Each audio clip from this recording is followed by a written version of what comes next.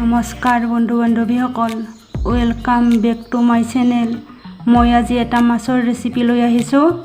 তাৰ বাবে এই মাছবোৰত মই এই পিঠিটো দাৰ দি লৈছোঁ, এই পেটুইটো এনেকৈ দাৰ দি লৈছোঁ, এনেকৈ।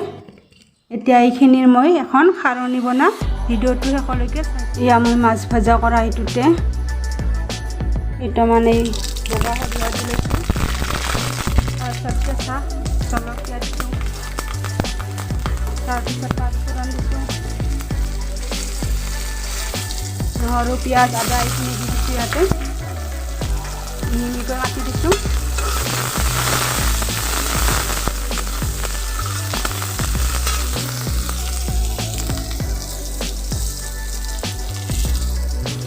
এতিয়া মই ইয়াত হালধি দি লৈছোঁ, এয়া ৰং গুড়া দি লৈছোঁ ইয়াতে, আৰু ধনিয়া গুড়া দিছোঁ। এনেকৈ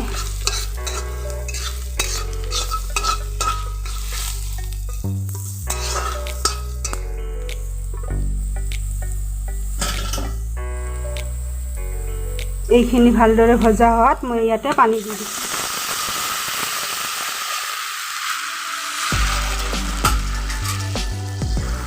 এইখিনিত এতিয়া মই কলা খাৰ দি দিছোঁ, 2 চামুচমান দি দিছোঁ, 2-3 চামুচ।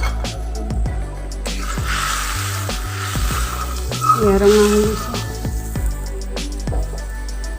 ইয়াত কেঁচা জলকীয়া আৰু আদা অলপ সৰহকৈ বটি দিব লাগিব। এতিয়া ইয়াত মই প্ৰয়োজন মতে নিমখ দি দিছোঁ।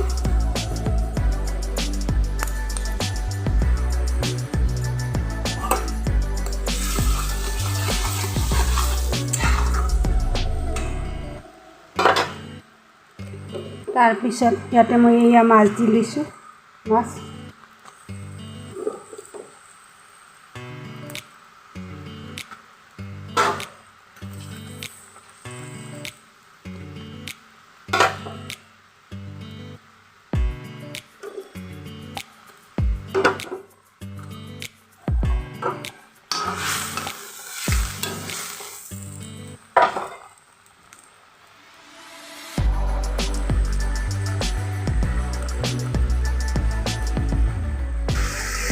চাওকচোন, আঞ্জাখনৰ কালাৰ বৰ ধুনীয়া হৈছে।